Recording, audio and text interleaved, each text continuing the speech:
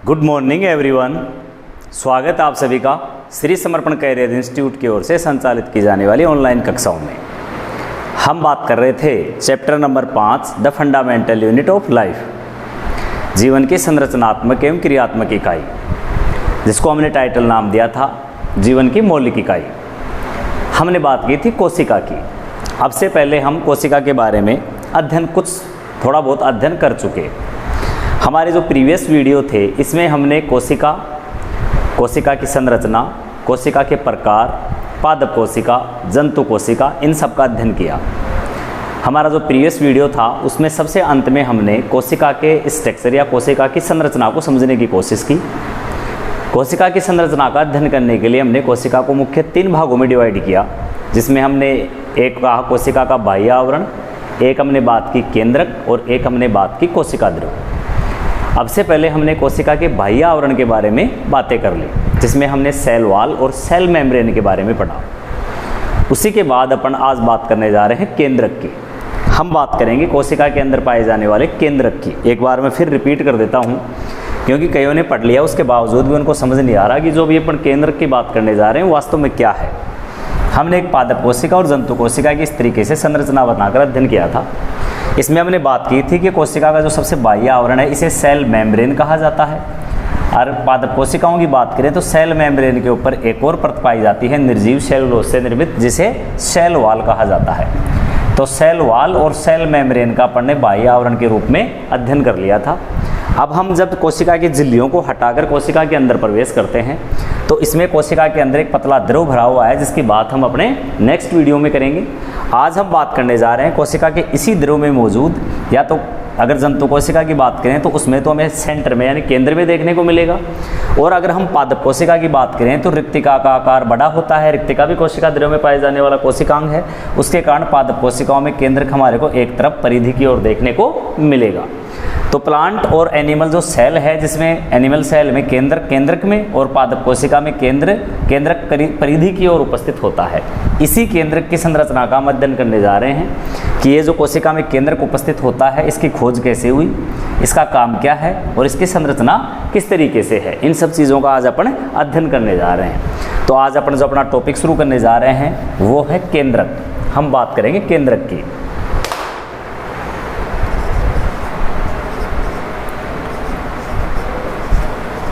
केंद्रक की बात करेंगे, साथ साथ आप जो मैं चीज़ें समझा लिखा रहा हूँ उनको नोट करते चलो। अगर हम केंद्रक की बात करें तो देखो, सबसे पहले एक वैज्ञानिक थे रॉबर्ट ब्राउन नाम के। वैज्ञानिक का नाम था रॉबर्ट ब्राउन। 1831 की बात है। 1831 में रॉबर्ट ब्राउन ने ऑर्किड की सेल के अंदर, जो प्लांट है ऑर्किड पादप, उस ऑर्किड पादप की कोशिका के अंदर सबसे पहले इसको खोजा गया था। तो अपन ये कह सकते हैं 1831 में रॉबर्ट ब्राउन ने इसे का मतलब मैं केंद्रक की बात कर रहा हूँ, इसे ऑर्किड पादप की सेल में खोजा। ऑर्किड पादप की सेल यानी कोशिका में खोजा। सबसे पहले इसकी खोज कहाँ हुई? ऑर्किड पादप की सेल में। कब हुई? 1831 में। और किसने खोजा? रॉबर्ट ब्राउन नाम के व्यक्ति ने। जैसे कोशिका की खोज सबसे पहले रॉबर्ट हुक ने की थी, उसी तरह रॉबर्ट ब्राउन नाम के एक व्यक्ति ने सर्वप्रथम केंद्र को देखा था। और किस में देखा था? ऑर्किड पादप की सेल के अंदर इसको खोजा गया या देखा गया। उसके बाद एक वैज्ञानिक था जिनका नाम था स्टार्सबर्गर। क्या नाम था वैज्ञानिक का? स्टार्सबर्गर नाम था। स्टार्सबर्गर नाम के वैज्ञानिक ने सर्वप्रथम ये बताया कि जो नया केंद्रक बनता है, एक कोशिका के अंदर जो केंद्रक मौजूद है, और जब कोशिका का विभाजन होता है तो कोशिका के विभाजन से 2 कोशिकाओं में अलग अलग केंद्रक बन जाते हैं। तो जो नया केंद्रक बनता है ये हमेशा पूर्ववर्ती केंद्रक से ही बनता है, यानी पुराने केंद्रक से किसका निर्माण हो जाता है? नए केंद्रक का। तो स्टार्सबर्गर ने बताया कि जो नए केंद्रक की उत्पत्ति होती है ये पूर्ववर्ती केंद्रक से होती है। नए केंद्रक की उत्पत्ति, तो अपन ये कह सकते हैं नए केंद्रक की उत्पत्ति पूर्ववर्ती केंद्रक से होती है। केंद्रक से होती है। ये बात किसने बताई थी? स्टार्सबर्गर ने। ध्यान दें, अपन केंद्रक के बारे में कुछ सामान्य बातें पढ़ रहे हैं, कुछ जनरल इंट्रोडक्शन समझ रहे हैं केंद्रक का।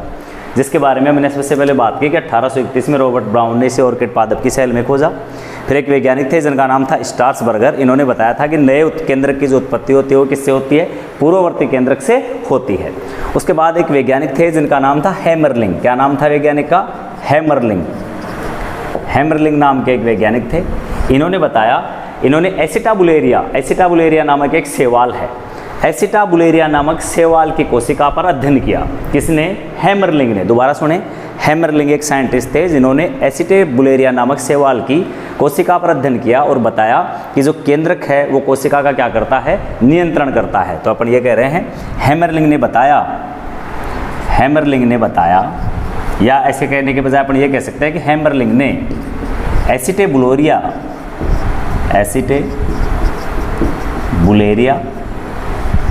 नामक शैवाल की कोशिका का अध्ययन करके बताया कि केंद्रक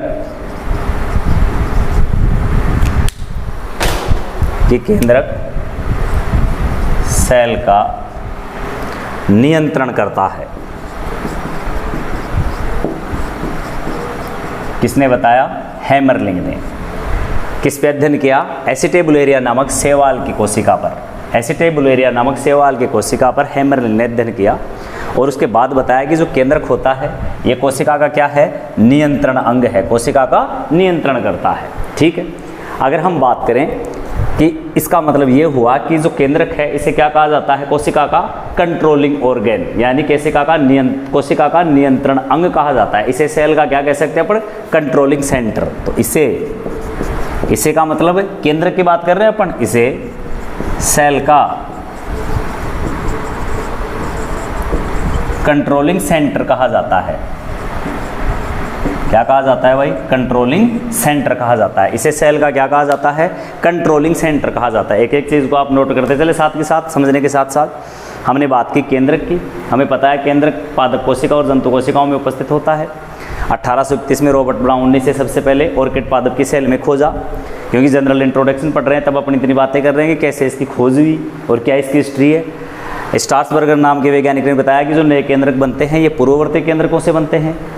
हैमरलिंग ने एसिटाबुलेरिया नामक शैवाल पर अध्ययन किया, एसिटाबुलेरिया नामक शैवाल की सेल पे अध्ययन किया और बताया कि केंद्रक सेल का क्या करता है, नियंत्रण करता है।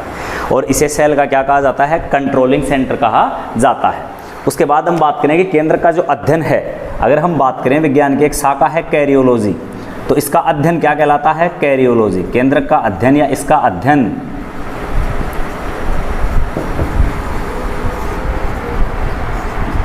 कैरियोलॉजी कहलाता है। क्या कहलाता है इसका अध्ययन, कैरियोलॉजी कहलाता है। ठीक है, उसके बाद हम बात करें प्रोकैरियोटिक और यूकैरियोटिक सेल की। जैसे कोशिका के दो प्रकार होते हैं, हमने पहले बात कर ली थी। एक होती है प्रोकैरियोटिक सेल और एक होती है यूकैरियोटिक सेल। इसमें हमने ये पढ़ा था कि जिन कोशिकाओं में स्पष्ट झिल्लीयुक्त केंद्रक और अन्य स्पष्ट झिल्लीयुक्त कोशिकाओं का अभाव हो, ऐसी कोशिकाओं को क्या कहा जाता है, प्रोकैरियोटिक सेल कहा जाता है। और अगर यूकैरियोटिक सेल की बात करें तो उसमें हमने पढ़ा था कि वे कोशिकाएं जिनमें सुस्पष्ट झिल्लीयुक्त केंद्रक मौजूद हो और अन्य कोशिकाएं भी स्पष्ट झिल्लीयुक्त मौजूद हो, उन्हें क्या कहा जाता है, यूकैरियोटिक सेल। तो अगर अपन बात करें प्रोकैरियोटिक सेल की, किसकी बात करें अपन, प्रोकैरियोटिक सेल की बात करें। प्रोकैरियोटिक सेल में स्पष्ट झिल्लीयुक्त केंद्रक का अभाव होता है। स्पष्ट झिल्लीयुक्त केंद्रक का अभाव होता है। केंद्रक उपस्थित तो होता है लेकिन केंद्रक के चारों ओर स्पष्ट झिल्ली नहीं पाई जाती। कौन सी कोशिकाओं में, प्रोकैरियोटिक सेल में। ध्यान दें, प्रोकैरियोटिक सेल में स्पष्ट झिल्लीयुक्त केंद्रक का क्या होता है, अभाव। तो इसका मतलब उसे अपन केंद्रक के बजाय क्या कहेंगे, उसे कहा जाता है आद्य केंद्रक। क्या कहा जाता है, आद्य केंद्रक या जीनोफोर या न्यूक्लियोइड। तो प्रोकैरियोटिक सेल में जो केंद्रक पाया जाता है उसे आद्य केंद्रक, या इसे मैं क्या कह रहा हूँ, इसे कह रहा हूँ मैं जीनोफोर, यहाँ लिख देता हूँ ऊपर जीनोफोर। और इसी का क्या नाम दे रहा हूँ मैं, न्यूक्लियोटाइड। क्या नाम दे रहा हूँ इसी का मैं, न्यूक्लियोइड। न्यूक्लियोटाइड नहीं, न्यूक्लियोइड, न्यूक्लियोइड। ये सब प्रोकैरियोटिक कोशिकाओं में पाए जाने वाले केंद्रक के नाम हैं। तो अपन यूँ कह सकते हैं सीधा कि प्रोकैरियोटिक कोशिकाओं में आद्य केंद्रक पाया जाता है। प्रोकैरियोटिक कोशिकाओं में कौन सा केंद्रक पाया जाता है? आद्य केंद्रक, मतलब वह केंद्रक जिसके चारों ओर स्पष्ट झिल्ली का अभाव हो। तो जब सुस्पष्ट झिल्ली केंद्रक के चारों ओर में देखने को नहीं मिलेगी, ऐसे केंद्रक को क्या कहा जाता है? आद्य केंद्रक, जो हमें किस में देखने को मिलेगा? प्रोकैरियोटिक सेल में। और इसी को क्या कहा जाता है? जीनोफोर या न्यूक्लियोइड भी कहा जाता है। अगर हम बात करें यूकैरियोटिक सेल की, किसकी बात करें? ये तो प्रोकैरियोटिक कोशिका के बारे में बात होगी। अगर हम बात करें यूकैरियोटिक सेल की, यूकैरियोटिक सेल में स्पष्ट झिल्ली युक्त केंद्रक उपस्थित होता है। अगर यूकैरियोटिक कोशिकाओं की बात करें तो हमें सभी पादप एवं जंतुओं में पाई जाने वाली यूकैरियोटिक कोशिकाओं में स्पष्ट झिल्ली युक्त है वह केंद्रक जिसके चारों ओर स्पष्ट झिल्ली का आवरण मौजूद हो। स्पष्ट झिल्ली युक्त केंद्रक हमारे को इन कोशिकाओं के अंदर देखने को मिलेगा। अगर हम बात करें लेकिन अगर बहुकोशिकीय जंतुओं में हम बात करें तो बहुकोशिकीय जंतुओं में अगर हम स्तनधारी वर्ग की बात करें, इसको मिटा देता हूं ऊपर से, किसकी बात करें? स्तनधारी वर्ग के जंतुओं की बात करें तो स्तनधारी वर्ग के जो जंतु हैं, जैसे अपन मनुष्य है, जैसे मानव है, स्तनधारी वर्ग का प्राणी है, तो स्तनधारी वर्ग के जितने भी जंतु हैं, स्तनधारियों की जो आरबीसी सेल हैं, किसकी सेल की बात कर रहा हूं मैं? स्तनधारियों के रक्त में पाई जाने वाली लाल रुधिर कणिकाएं। तो स्तनधारियों की जो आरबीसी सेल हैं, उन आरबीसी सेल के अंदर, आरबीसी सेल में जो केंद्रक है वो क्या होता है? अनुपस्थित होता है। आरबीसी सेल में केंद्रक क्या होता है? अनुपस्थित होता है। केंद्रक नहीं पाया जाता क्योंकि आरबीसी कोशिकाएं रक्त के अंदर हीमोग्लोबिन को ले जाने का काम करती हैं। तो आरबीसी कोशिकाओं के अंदर हीमोग्लोबिन का स्टोर हो सके इसलिए आरबीसी में केंद्रक अनुपस्थित होता है। ठीक है। अच्छा, लेकिन अगर हम बात करें स्तनधारियों में दो जंतुओं की बात करें, एक तो ऊंट की बात करें और एक लामा की बात करें, ये दोनों ही अपवाद हैं। ये दोनों क्या हैं? अपवाद हैं। कैसे? ये दोनों स्तनधारी जंतु हैं। ऊंट और लामा दोनों ही क्या हैं? स्तनधारी जंतु हैं। और स्तनधारी जंतुओं के लिए हमने बात की कि इनकी आरबीसी में हमारे को आरबीसी कोशिकाओं में केंद्रक देखने को नहीं मिलेगा, लेकिन ऊंट और लामा स्तनधारी होते हुए भी ऐसे जंतु हैं जिनकी आरबीसी सेल में जो केंद्रक है वो क्या होगा? उपस्थित होगा। क्या होगा? उपस्थित। इसलिए ऊंट और लामा इस कथन के क्या है? अपवाद हैं। ये तो हो गई केंद्रक के बारे में कुछ सामान्य बातें। अब हम बात करते हैं इसके साइज और शेप की। भाई इसका आकार क्या होता है और इसकी आकृति कैसी, आमाप क्या होता है, इनकी बात करें। शेप की, इसकी जो शेप होती है, इसका माप होता है वो होता है लगभग 5 से लेकर 30 माइक्रोन। इसका शेप कितना होता है केंद्रक का? कोशिका के अंदर उपस्थित केंद्रक का शेप होता है लगभग 5 से 30 माइक्रोन। अगर हम इसके साइज की बात करें, अगर माइक्रोस्कोप में हम लगाकर जब सेल का अध्ययन करते हैं तो वहाँ अगर हम कोशिका के साइज की, इसके केंद्रक के साइज की बात करें तो हम देखेंगे कि हमें केंद्रक कैसा दिखाई देगा। या तो हमें ये गोलाकार दिखाई देगा, या तो कैसा दिखाई देगा? गोलाकार दिखाई देगा। या हमें केंद्र कैसा नजर आएगा? कोशिकाओं पर डिपेंड करता है। अलग अलग कोशिकाओं में हम अलग अलग आकार का देख सकते हैं। इसे हम गोलाकार देख सकते हैं, इसे हम अंडाकार देख सकते हैं। कई कोशिकाओं में हमारे को कैसा नजर आता है? लंबवत भी नजर आता है। लेकिन अगर हम हमारे जैसे मनुष्य के रक्त में पाई जाने वाली WBC सेल हैं, कौन सी कोशिकाएं? WBC कोशिकाएं, श्वेत रुधिर कणिकाएं। आरबीसी को तो लाल रुधिर कणिका कहा जाता है, और ये रक्त में पाई जाने वाली WBC श्वेत रुधिर कणिकाएं हैं। अगर हम इनके केंद्रक की बात करें, जैसे कोशिकाओं में हमें केंद्रक गोलाकार, अंडाकार या लंबवत नजर आता है, लेकिन WBC सेल के अंदर, WBC सेल में हमें ये अनियमित आकार का नजर आएगा। WBC सेल में कैसा नजर आएगा? अनियमित आकार के केंद्रक नजर आएगा, जिसमें आकार निश्चित नहीं होता। Is that clear? अब इसके अलावा हम केंद्रक की उपस्थिति की बात करें तो एक कोशिका में कितने केंद्रक हो सकते हैं? एक कोशिका में केंद्रक की उपस्थिति के आधार पर हम इसके तीन अवस्थाओं की बात कर सकते हैं। 3 कंडीशन हो सकती हैं इसकी। एक तो होती है मोनोन्यूक्लिएट कंडीशन। एक तो कैसी होती है? मोनोन्यूक्लिएट कंडीशन, यानी जब एक कोशिका में सिर्फ एक ही केंद्रक उपस्थित हो। चूँकि ये पॉइंट अपने सिलेबस में नहीं है, सिर्फ अपनी जानकारी के लिए। भाई कोशिका के अंदर एक से ज़्यादा केंद्रक हो सकता है क्या? बिल्कुल हो सकता है। अगर कोशिका में सिर्फ एक ही केंद्रक हो तो उसे कहा जाता है मोनोन्यूक्लिएट कंडीशन, यानी एक कोशिका में केवल एक केंद्रक। लेकिन अगर हम जैसे पैरामीशियम की बात करें तो पैरामीशियम की सेल, एक कोशिकीय जीव पैरामीशियम, और उस एक कोशिकाई जीव की सेल में अगर हम देखें तो उसमें हमारे को एक ही कोशिका के अंदर कितने केंद्रक देखने को मिलेंगे? 2 केंद्रक देखने को मिलेंगे। तो जब एक कोशिका में 2 केंद्रक मौजूद हो तो उसे कौन सी कंडीशन कहा जाता है? By nucleate condition. अच्छा, एक और अवस्था हमारे को इसमें देखने को मिलेगी। अच्छा, पैरामीशियम और उपास्थियों की जो सेल होती हैं हमारे शरीर में, जो उपास्थियाँ पाई जाती हैं, उनमें भी हमारे को एक सेल के अंदर 2 केंद्रक देखने को मिल सकते हैं। लेकिन अगर जैसे हम बात करें, जो नारियल पानी आपने नाम सुना होगा, नारियल का जो तरल पानी है, तरल भ्रूणपोष है, उसके अंदर केंद्रक का विभाजन हो जाता है और केंद्रक का विभाजन होने से बहुत सारे केंद्रकों का निर्माण हो जाता है। तो एक ही सेल के अंदर हमारे को बहुत सारे केंद्रक देखने को मिल सकते हैं। इस तरह केंद्रक की कितनी कंडीशन हो सकती है? 3, यानी कि कोशिका के अंदर एक केंद्रक भी हो सकता है, कोशिका के अंदर 2 केंद्रक भी हो सकते हैं और कोशिका के अंदर 2 से ज़्यादा बहुत सारे केंद्रक भी हो सकते हैं। ये कोशिका की संरचना पर डिपेंड करता है, उसकी कार्यप्रणाली पर डिपेंड करता है। उसके बाद हम बात करते हैं इसके स्ट्रक्चर की, कि एग्जैक्ट कोशिका में उपस्थित केंद्रक की संरचना कैसी होती है। चाहें तो कुछ इस तरीके से हम इसका डायग्राम बना सकते हैं।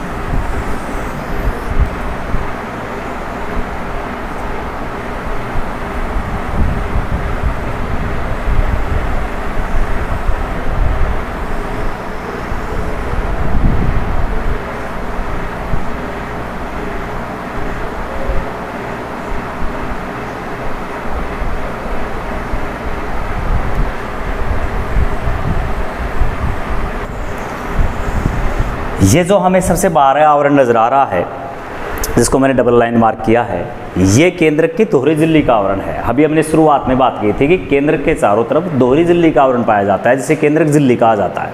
ठीक है, एक के ऊपर एक झिल्ली की 2 परतें होती हैं। तो ये जो संरचना में देखने को मिल रही है, ये क्या है? इसे क्या कहा जाता है? इसे न्यूक्लियोलर मेम्ब्रेन या केंद्रक झिल्ली कहा जाता है। क्या कहा जाता है? न्यूक्लियोलर मेम्ब्रेन या केंद्रक झिल्ली। ठीक है भाई।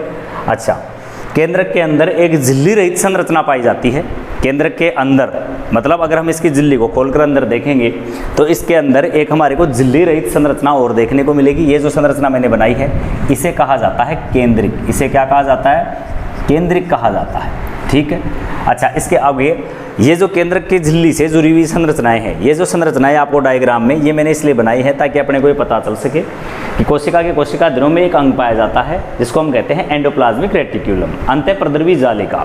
तो ये जो अंतःप्रद्रवी जालिका है, ये केंद्रक की झिल्ली से क्या रहती है? जुड़ी हुई रहती है। तो इसको मैंने यहाँ दर्शा दिया है ताकि अपने समझ सके कि हाँ, केंद्रक की झिल्ली से क्या जुड़ी रहती है? अंतःप्रद्रवी जालिका। तो इसको अपन कह सकते हैं ER, या शॉर्ट में अपन ये बोल सकते हैं एंडोप्लाज्मिक रेटिक्यूलम कहा जाता है इसे। इसको अपन ER लिख दिया, एंडोप्लाज्मिक रेटिक्यूलम या अंतःप्रद्रवी जालिका। और ये जो केंद्रक की झिल्ली है, इस पर सूक्ष्म क्या पाए? सोम के कण। तो ये जो मैंने संरचना, राइबोसोम्स हैं, ये राइबोसोम के कण हैं, इन्हें कहते हैं राइबोसोम। राइबोसोम कोशिका के कोशिका ध्रुव में पाए जाने वाला झिल्ली रहित कोशिकांग है, जिसके बारे में हम आगे अपने विस्तृत वीडियो में चर्चा करेंगे। इसके अलावा अगर हम इसके अंदर झांक के देखें, इसकी केंद्रक की झिल्ली को हटा के देखें, तो इसके अंदर हमारे को ऐसे धागे जैसी संरचनाएं देखने को मिलेंगी। और झिल्ली के अंदर ये जो द्रव भरा हुआ है, इस द्रव को कहा जाता है केंद्रक द्रव। इस द्रव को क्या कहा जाता है भाई? केंद्रक द्रव कहा जाता है। केंद्र द्रव के अंदर ये जो धागे जैसी संरचनाएं अपने को जाल के रूप में बिखरी हुई दिखाई दे रही है, इसे कहा जाता है क्रोमेटिन पदार्थ। ये हमें जो देखने को मिल रहा है, ये क्या है? क्रोमेटिन पदार्थ है, क्रोमेटिन पदार्थ। ठीक है। अच्छा, इसके अलावा आपको झिल्ली के अंदर जगह जगह ये जो बीच में छिद्र जैसी संरचनाएं दिखाई दे रही हैं, इन्हें झिल्ली में उपस्थित केंद्रक छिद्र कहा जाता है। इन्हें क्या कहा जाता है? केंद्रक छिद्र। इन्हें केंद्रक छिद्र कहा जाता है। इन्हीं छिद्रों की सहायता से कोशिका का कोशिका द्रव केंद्रक के अंदर आ सकता है और केंद्रक और कोशिका के कोशिका द्रव के मध्य पदार्थों का क्या होता है? आदान प्रदान। तो इस तरीके से हमारे को कोशिका के अंदर केंद्रक की संरचना देखने को मिलेगी। और अगर हम इसकी इन झिल्लियों की बात करें, दोहरे झिल्ली का जो ये आवरण है, अगर हम इन झिल्लियों की बात करें तो ऊपर वाली और जो नीचे वाली 2 परतें हैं या जो 2 झिल्ली हैं, इनके बीच में थोड़ा सा अवकाश होता है। इनके बीच में लगभग मतलब औसत सांस के बीच में, लेकिन अपन औसत एवरेज की बात कर रहे हैं कि दोनों झिल्लियों के बीच में 15 नैनोमीटर का क्या रहता है? पेरीन्यूक्लियर अवकाश रहता है। क्या रहता है? पेरीन्यूक्लियर अवकाश, जिसे अपन कह सकते हैं परिकेंद्रकीय अवकाश। ये जो 15 नैनोमीटर का मैंने दर्शाया है, ये दोनों झिल्लियों के बीच में जो झिल्लियों के बीच का जो अवकाश है वो है, इसे अपन दर्शा देते हैं पेरिकेंद्रियक अवकाश, पेरिकेंद्रियक अवकाश। ठीक है। तो इस तरीके से केंद्रक की संरचना होती है। ऐसा केंद्रक हमारे को कोशिका के अंदर देखने को मिलेगा। मैं इसको रिपीट कर देता हूँ। केंद्रक दोहरी झिल्ली से बनी हुई संरचना होती है। केंद्रक की जो दोहरी झिल्ली है, उसमें जगह जगह छिद्र पाए जाते हैं, जिन्हें केंद्रक छिद्र कहा जाता है। अच्छा, इसके अंदर केंद्रक की झिल्ली के अंदर पतली द्रव जैसी संरचना भरी होती है, जिसे केंद्रक द्रव कहा जाता है। केंद्रक ध्रुव के अंदर ही एक झिल्ली रहित संरचना मौजूद होती है जिसे केंद्रिक कहा जाता है, और केंद्रक ध्रुव के अंदर धागे जैसे संरचना के रूप में एक जाल बिछा होता है जिसे क्रोमेटिन पदार्थ कहा जाता है। केंद्रक के बाह्य झिल्ली पर क्या जुड़ी हुई होती है? एंडोप्लाज्मिक रेटिक्यूलम जुड़ी हुई होती है, और केंद्रक की दोनों झिल्लियों के बीच में लगभग 15 नैनोमीटर का पेरिकेंद्रीय या पेरिकोन्ड्रियल स्पेस पाया जाता है। तो ये तो हो गई केंद्रक की संरचना। अगर हम इसके अल्ट्रा स्ट्रक्चर की भी बात करना चाहें तो हमारे को, अगर हम इसके परासंरचना की बात करें तो जब हम इसको माइक्रोस्कोप में लेके देखेंगे तो हमारे को इसके अलग अलग भाग या अलग अलग पार्ट अलग अलग रूप में नजर आएंगे। जैसे कहीं पर हमारे को ये दानेदार अवस्था में नजर आएगा, कहीं पर हमारे को ये तरल अवस्था में नजर आएगा। क्योंकि सिलेबस के अकॉर्डिंग अपने को अल्ट्रा स्ट्रक्चर की यहाँ बात नहीं करनी, फिर भी अगर अपने को टाइम मिलता है तो अपन आगे वाले वीडियो में इसके मामले में डिस्कस करेंगे। अभी हम बात कर रहे हैं केंद्रक की संरचना को समझने की। तो केंद्रक की संरचना को भी समझने के लिए अपन इसको 4 भागों में डिवाइड कर देते हैं। केंद्रक की संरचना समझने के लिए इसको कितने भागों में डिवाइड कर देते हैं अपन? 4 भागों में। सबसे पहले हम बात करते हैं केंद्रक झिल्ली की। सबसे पहले किसकी बात करते हैं? केंद्रक झिल्ली की बात करते हैं भाई। मैं जो बोल रहा हूँ मेरे बोले हुए को आपको नोट करना पड़ेगा। एक जो दूसरा पार्ट है इसका वो है केंद्रिक। दूसरा पार्ट कौन सा है? केंद्रिक। इसका जो तीसरा पार्ट है वो है केंद्रक द्रव्य, केंद्रक द्रव्य। और इसका जो चौथा पार्ट है वो है कौन सा? क्रोमेटिन पदार्थ। तो केंद्रक की संरचना का अध्ययन करने के लिए हम केंद्रक को मुख्य कितने भागों में बांट लेते हैं? 4 भागों में बांट लेते हैं। एक है केंद्रक झिल्ली, एक है केंद्रिक, एक है केंद्रक द्रव्य और एक है क्रोमेटिन पदार्थ। इन चारों भागों को अपन इस डायग्राम में दर्शा सकते हैं। ये जो आपको आवरण जैसी संरचना इसके चारों ओर देखने को मिल रही है ये है केंद्रक झिल्ली। अच्छा, इसके अंदर केंद्रक झिल्ली को खोलकर जब हम इसके अंदर देखते हैं तो हमें पास क्या नजर आती है? एक झिल्ली रहित संरचना नजर आती है जिसे क्या कहा जाता है? केंद्रिक। और केंद्रिक और केंद्रक झिल्ली के बीच में जो द्रव भरा हुआ है इसे क्या कहा जाता है? केंद्रक द्रव्य। और जब केंद्रक को हम अभिरंजित करते हैं रंजकों की सहायता से तो इसके अंदर हमारे को कुछ गहरे और कुछ हल्के क्षेत्र दिखाई देते हैं जिनमें क्रोमेटिन का जाल फैला हुआ होता है, धागे जैसी संरचनाओं का, जिन्हें क्या कहा जाता है? क्रोमेटिन पदार्थ कहा जाता है। Is that clear? तो सबसे पहले हम अगर बात करें केंद्रक झिल्ली की, सबसे पहले हम किसकी बात करें? केंद्रक झिल्ली की बात करें। एक बार अपन यहाँ स्टेप बाय स्टेप इनको नोट करते चलते हैं ताकि आपको नोट्स उतारने में आसानी रहे। मैंने डायग्राम के अंदर सारी चीज़ें वहाँ से एक पॉइंट को एक्सप्लेन कर दिया है। अब मैं यहाँ से डायग्राम हटा रहा हूँ। डायग्राम हटाने से पहले एक बार मैं फिर आपको ऐसे बता देना चाहता हूँ कि अगर हम केंद्रक झिल्ली की बात करें तो एक बार ध्यान दें, केंद्रक झिल्ली की बात करें तो केंद्रक को चारों ओर से दोहरी झिल्ली की परत घेरे हुई होती है। केंद्रक को चारों ओर से दोहरी झिल्ली की परत घेरे हुई होती है, इसे क्या कहा जाता है? केंद्रक झिल्ली कहा जाता है। एक के ऊपर एक 2 परतें मौजूद होती हैं। इन दोनों परतों के बीच 15 नैनोमीटर का परिकेंद्रीय अवकाश पाया जाता है। केंद्रक झिल्ली में जगह जगह छिद्र पाए जाते हैं जिन्हें केंद्रक छिद्र कहा जाता है। कोशिका के कोशिका द्रव से और केंद्रक के बीच इन पदार्थों का आदान प्रदान इन्हीं छिद्रों की सहायता से होता है। Is that clear? ये तो हो गया किसके बारे में? केंद्रक झिल्ली के बारे में। अगर हम बात करें दूसरा किसकी? केंद्रिक की बात करें। किसकी बात करें? केंद्रिक की। तो देखो, केंद्रक के कोशिका द्रव में झिल्ली रहित संरचना पाई जाती है।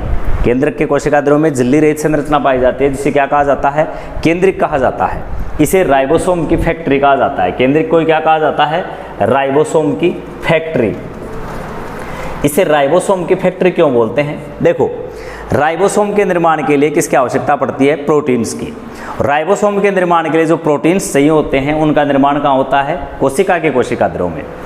कोशिका के कोशिका द्रव में उन प्रोटीन्स का निर्माण होता है, लेकिन राइबोसोम के निर्माण के लिए उन प्रोटीन्स को कहाँ भेजा जाता है? केंद्रिक के पास भेजा जाता है। कहाँ भेजा जाता है? केंद्रिक के पास। कह रहा हूँ कि भाई जो राइबोसोम है तो राइबोसोम के निर्माण के लिए जो प्रोटीन्स होते हैं उनका संश्लेषण कोशिका द्रव में होता है। फिर उसके बाद इन प्रोटीन्स को कहाँ भेजा जाता है?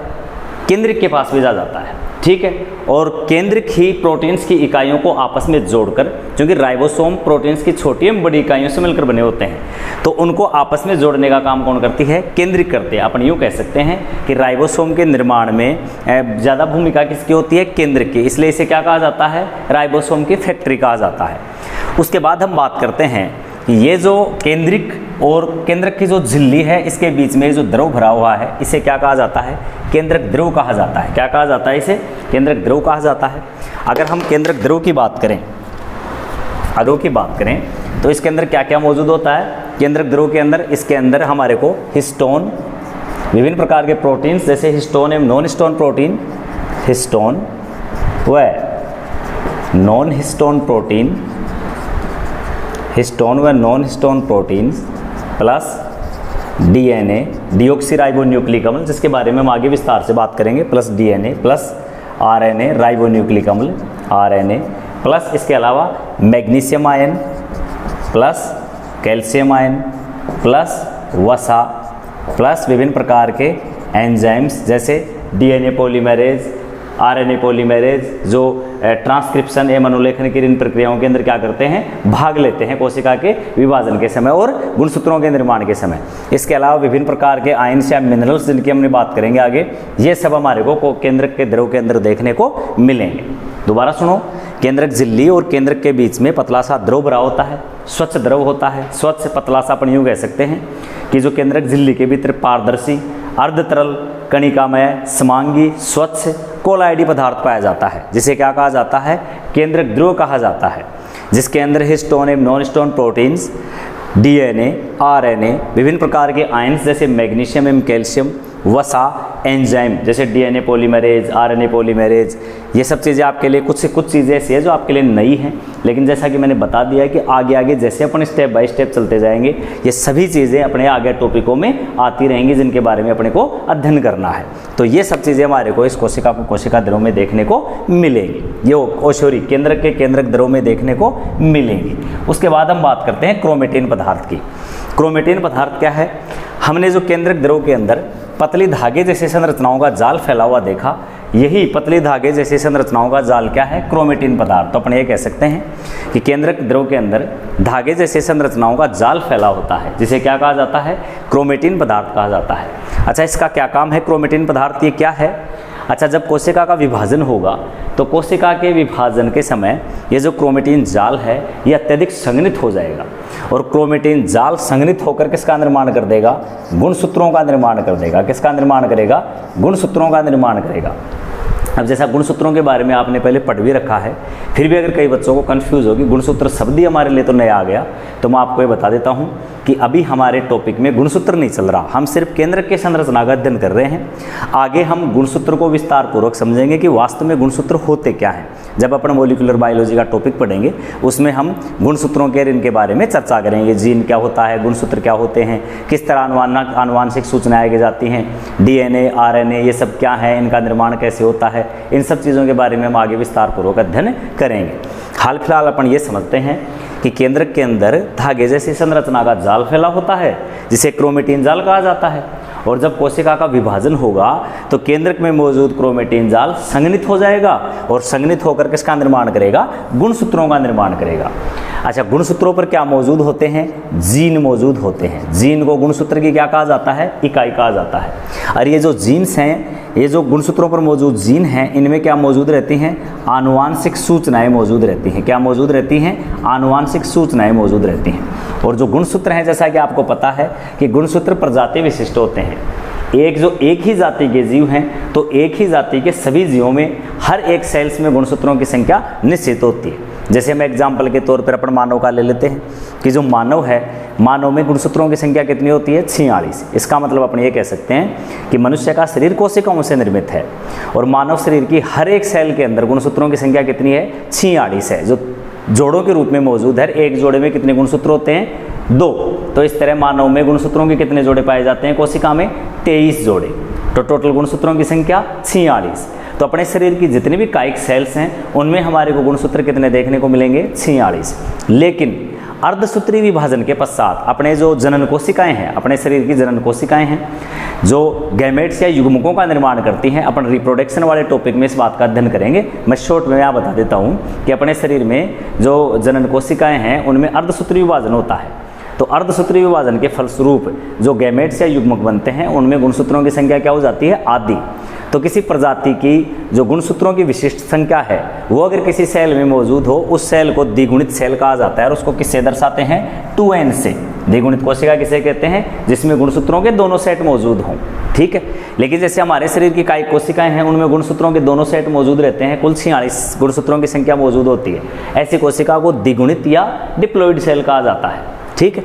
लेकिन हमारे शरीर के अंदर जो जनन कोशिकाएं हैं जिनमें अर्धसूत्री विभाजन होता है, तो अर्धसूत्री विभाजन के फलस्वरूप बनने वाली जो नई कोशिकाएं बनती हैं उनमें गुणसूत्रों की संख्या क्या हो जाती है? आदि। एक ही सेट मौजूद होता है। इसका मतलब गुणसूत्र में उनमें कितने रह जाते हैं? 23 ही रह जाते हैं। तो जब कोशिका के अंदर गुणसूत्रों की आधी संख्या मौजूद हो, एक ही सेट मौजूद हो, तो ऐसी सेल को क्या कहा जाता है? हैप्लॉइड। और उसको किससे दर्शाते हैं? एन से दर्शाते हैं। तो ये सामान्य बात भी आप ध्यान रखना। तो ये जो गुणसूत्र हैं इन पर जीन उपस्थित होते हैं और जो जीन्स हैं उनमें आनुवांशिक सूचनाएं मौजूद होती हैं। और ये जो आनुवांशिक सूचनाएं हैं, ये आनुवांशिक सूचनाएं इन्हीं का पीढ़ी दर पीढ़ी स्थानांतरित होता है गुणसूत्रों के माध्यम से। तो एक माता पिता से उत्पन्न होने वाली संतान में क्या क्या लक्षण प्रकट होंगे, उसके शरीर में त्वचा का रंग कैसा बनेगा, उसकी आंखें कैसी होगी, नाक कैसा बनेगा, शरीर के हर एक लक्षण के लिए जो जिम्मेदार हैं जीन्स, वो सभी जीन्स किस पर मौजूद रहते हैं? इन्हीं गुणसूत्रों पर मौजूद रहते हैं। और उन्हीं जीन्स में आनुवांशिक सूचनाएं या कोड के रूप में मौजूद रहती हैं जो नई उत्पन्न होने वाली संतति के लक्षणों का निर्धारण करेंगी। तो अपन ये कह सकते हैं कि केंद्र के अंदर जो क्रोमेटिन पदार्थ होता है, इसमें आनुवांशिक संगठन और आनुवांशिक सूचनाएं मौजूद होती हैं जो उत्पन्न होने वाली नई संतति के लक्षणों का निर्धारण करती हैं। तो इस तरीके से कोशिका में उपस्थित केंद्रक की संरचना को हमने अध्ययन किया है। इसकी थ्योरी मैंने आपको यहाँ बोर्ड पे नहीं लिखवाई है, एक एक पॉइंट को मैंने वैसे मौखिक रूप से बोल के एक्सप्लेन किया है। तो इसके जो नोट्स अगर आप तैयार करना चाहो तो इसको जैसे जैसे मैं बोल रहा हूँ, समझा रहा हूँ, तो आपको वीडियो पॉज करके उनको साथ साथ लिखते चलना है। फिर भी अगर किसी प्रकार की कोई समस्या अगर आपको आती है तो एक बार आप मेरे को सूचना दे देना, मैं आपको दोबारा इसका वीडियो तैयार करके और थ्योरेटिकल इसके नोट्स आपको क्लियर करवा दूंगा। बाकी ये चीज़ अपने को अपने एनसीईआरटी के अकॉर्डिंग जो सिलेबस है, जो अपना चैप्टर है, उसके अंदर भी अपने को ये सारी बातें लिखी हुई मिलेंगी। हालांकि जो अपना मुख्य पर्पस था वो ये था कि अपन वीडियो के अकॉर्डिंग जो एग्जैक्ट इसका स्ट्रक्चर है उसको समझ पाएँ। Thank you. शेष बचा हुआ आपका दिन बहुत शुभ रहे। बाकी बातें हम करेंगे अपने नेक्स्ट वीडियो में।